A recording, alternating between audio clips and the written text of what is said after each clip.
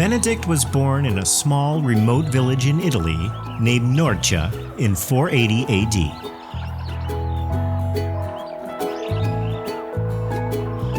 He was born in a wealthy family, and he had a twin sister named Scholastica. My son, I'm going to name you Benedict, which means the Blessed One. That's an excellent name, my dear. And what do you want to name our daughter? How about Scholastica? That's a wonderful name.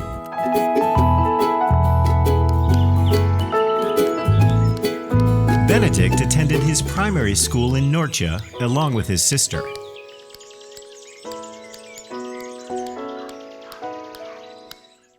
It was a common practice among the wealthy families to send their sons to Rome for advanced studies. By the time Benedict reached the age of 20, his family decided to send him to Rome as well. We are going to miss you, my son. Don't worry, Father. I'll be all right. Take care of your health and don't forget to send letters. Don't worry, Mother. I will. Goodbye, Benedict. Goodbye, Scholastica. Let's start, Master. Benedict was also accompanied by his old nurse, who was entrusted with the responsibility of taking care of him.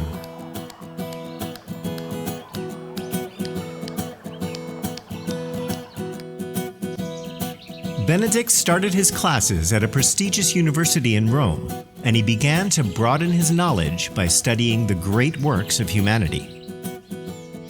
He studied philosophy, history, and literature.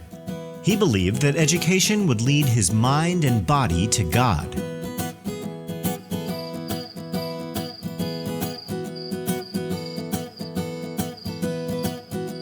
Who's there? Hey there. Hello. Why are you here at this time of the night? Hey, Benedict. Do you want to come with us to a party? What? No. I have much to study. Look at you. You should be enjoying your life, my friend. Come with us.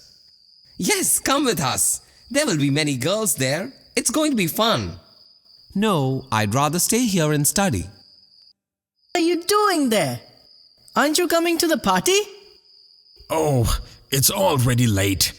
Come, let's go. You were such a fool to waste your time. Benedict was sad to see that his friends were leading a wayward life.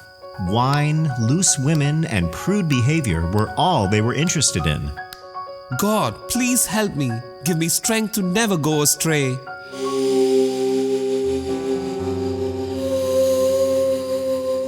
Give me the money.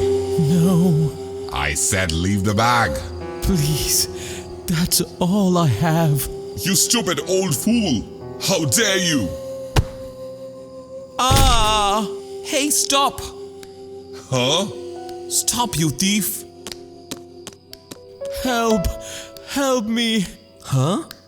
Hey, sir. Please help me! Don't worry, sir. It's going to be all right. Thank you, son. You're so kind. Benedict was unhappy with what was going on around him.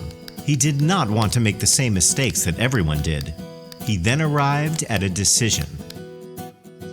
The next day, Benedict quit his studies and packed his bags to leave the city. He took his old nurse with him and headed for the mountains. According to Pope Gregory's account, giving over his books and forsaking his father's house and wealth,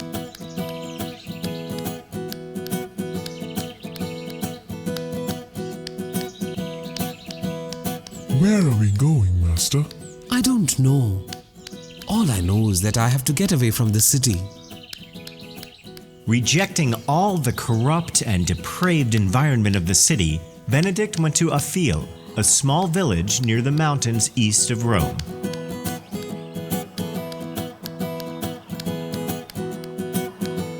Benedict reached the Church of Saint Peter, and he then explained the reasons for leaving the city to the priests there. And that's why I left the city.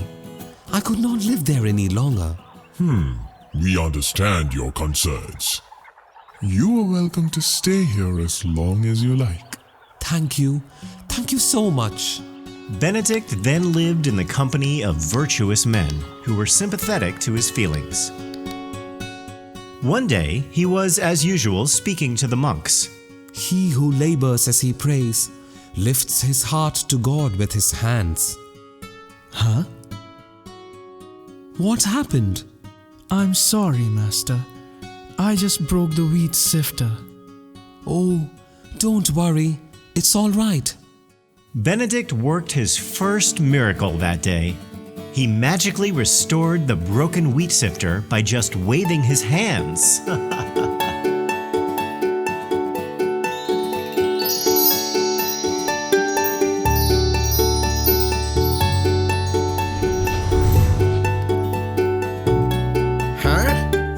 It's a miracle. Master, how did you do that? Yes. That man must be a divine person. The news of the miracle spread fast, and soon many people came to see Benedict. This made Benedict even more frustrated, so he left the church and decided to live on the slopes of a mountain away from everyone. Benedict then lived the life of a hermit, praying to God most of the time.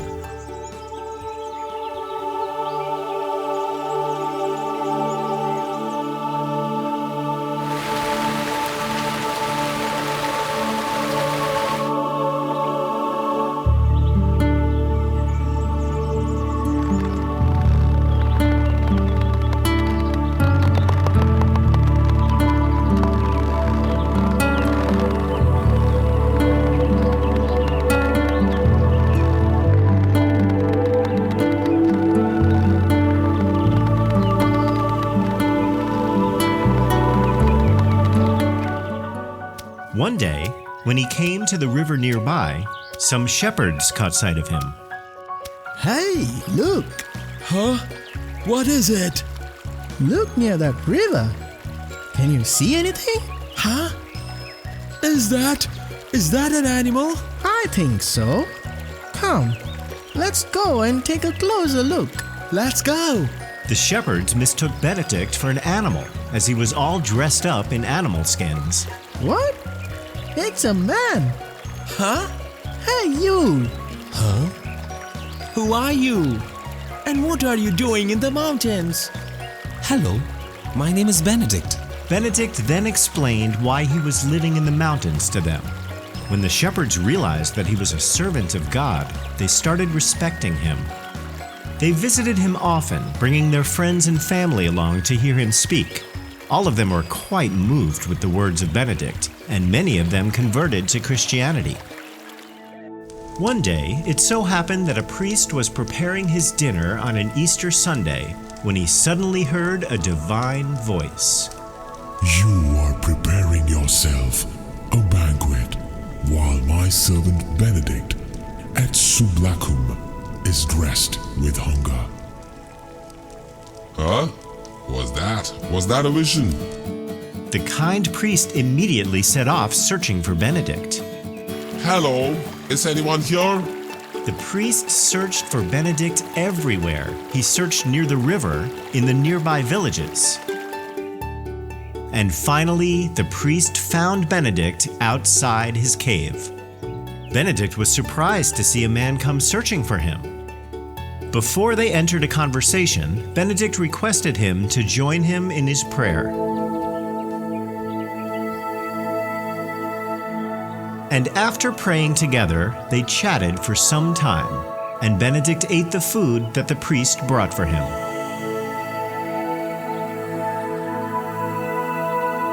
From that day, many others climbed their way up the steep cliff. They carried small offerings of food with them when they came to visit Benedict.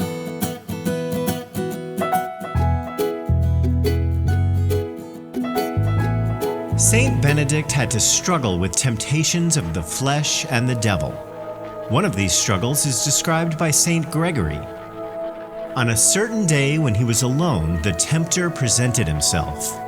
A small dark bird, commonly called a blackbird, began to fly around his face and came so near to him that if he had wished, he could have seized it with his hand. Benedict realized that this was the devil in disguised form. Ugh. But on making the sign of the cross, the bird flew away. Then followed a violent temptation of the flesh, such as he had never before experienced.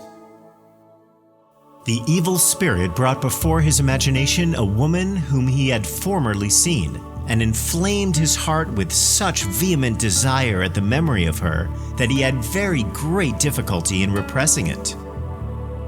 The memory was so strong that he even thought of leaving the solitude. Suddenly, with the help of divine grace, he found the strength he needed. When he looked around, he saw a thick growth of briars and nettles. He stripped off his habit and jumped himself into the midst of them. He plunged and tossed around the thorns, badly tearing his skin.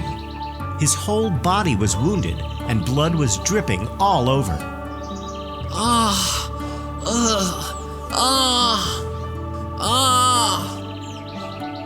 Through those bodily wounds, he cured the wounds of his soul. Benedict had won over the temptations, and never again was he disturbed by the devil. Benedict matured both in mind and character by living the life of a hermit. His life of discipline and solitude also won him respect among the local Christians. One day, a few monks from the nearby monastery came to visit him.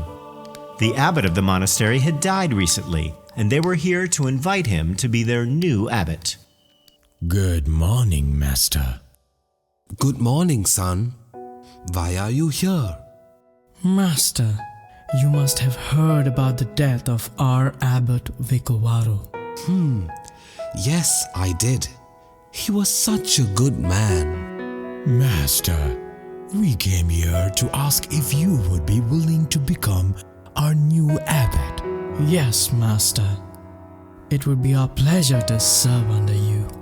But Benedict knew too well about the lack of discipline in the monastery. No, I can't do that. But Master, we could learn from you so much. Look, my son, I'm happy that you considered me. But I just can't accept the post. My way of life and yours is completely different. There is no way that we can get along together. Master, you don't have to worry about that.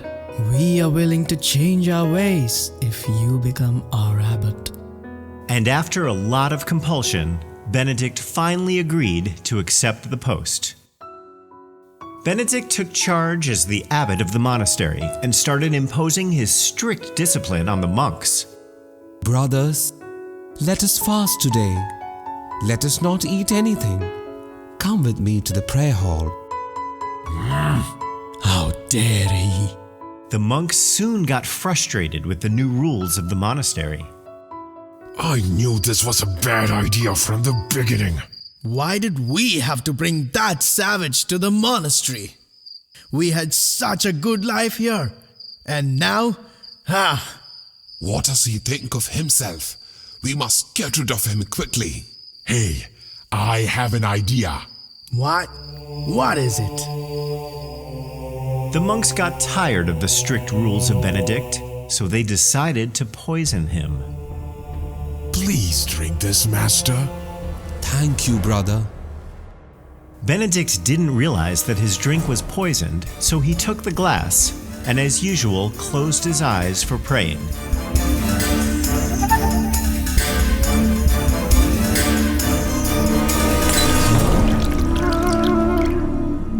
What? Huh? It was poisoned, wasn't it? We are sorry, Master. Why did you have to plot this wicked thing against me? Didn't I tell you before that my ways are not the same as yours? Now go and find another abbot. After what you have done, I can no longer stay here.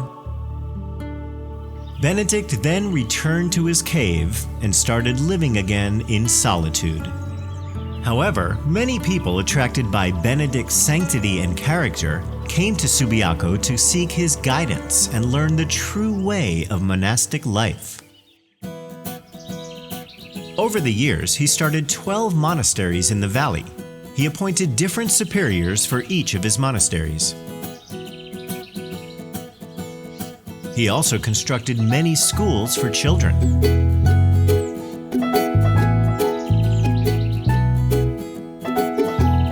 When Benedict started the 13th monastery, he started living there and took charge as the abbot of all 13 monasteries. Benedict's fame spread rapidly. People came all the way down from Rome to visit him. It was during this time that he was entrusted with the responsibility of taking care of Maurice and Placidus, who later on became the two gems of Benedictine family. Once it so happened that there was a severe scarcity of water in the valley. The monks who lived in the monastery had no water to drink and do their chores. Benedict went searching for water, as he knew that God will always provide. Now climb that rock and you will find water on the other side. Huh? Are you sure, Master? Do you doubt me? I'm sorry. I will go and see, Master.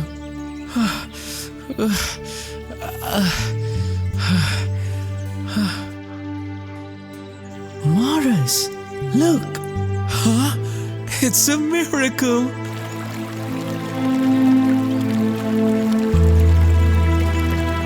It's a miracle! We have found water! Benedict performed many other miracles during his time. One day, Placidus, who had gone near the lake, fell into the water and started drowning. Ah! Help! Somebody help! Benedict, who was sleeping in his cell, was able to sense the danger.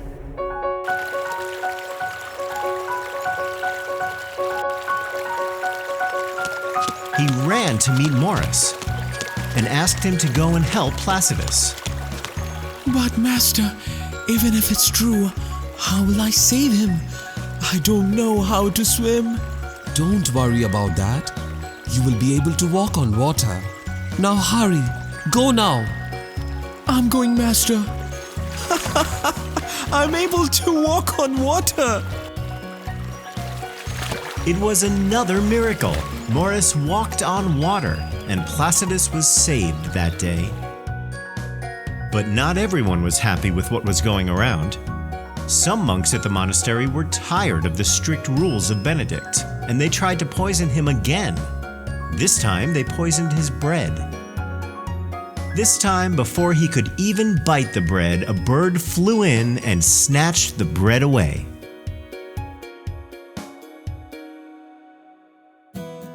Benedict performed many miracles in his lifetime, including raising a boy who was dead. It so happened that there was an accident while they were constructing a wall. A little boy was crushed to death during the accident. But Benedict raised him from the dead, healing his utterly destroyed body. The boy was completely healed, and he started helping at the site immediately.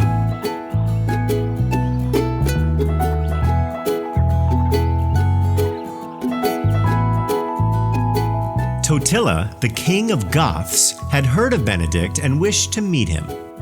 But before seeing him in person, he wanted to test Benedict to see if he really had miraculous powers. One day, he asked his guard to dress in his usual attire and sent him with 3 escorts to visit Benedict. But Benedict was not fooled. My son, take off what you are wearing. It does not belong to you. Huh? But how did you know? The guard was dumbfounded by Benedict's wisdom, and he hurried back to his king to report the news. Totila himself visited Benedict, and he was so inspired that he knelt before him in awe. Benedict warned Totila that he had done much evil, and he should change his ways to at least end his life in honor.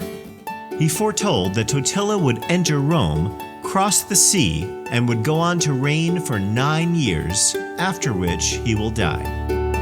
It happened exactly as Benedict had foretold. Totila did go to Rome, and then later sailed to Sicily. In 10 years, he lost his crown, and like Benedict predicted, he died. Benedict spent the final years of his life seeking to realize the ideal of monasticism in a communal setting. In order to create unity and formalize the discipline, he drew up his famous rule.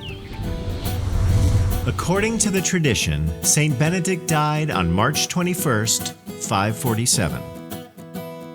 He foresaw his coming death, and he informed his close and faraway disciples that his death was near.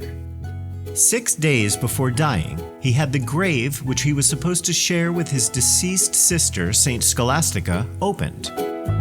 He asked the monks to take him to the oratory, where, after taking his last Holy Communion, he died supported by the monks.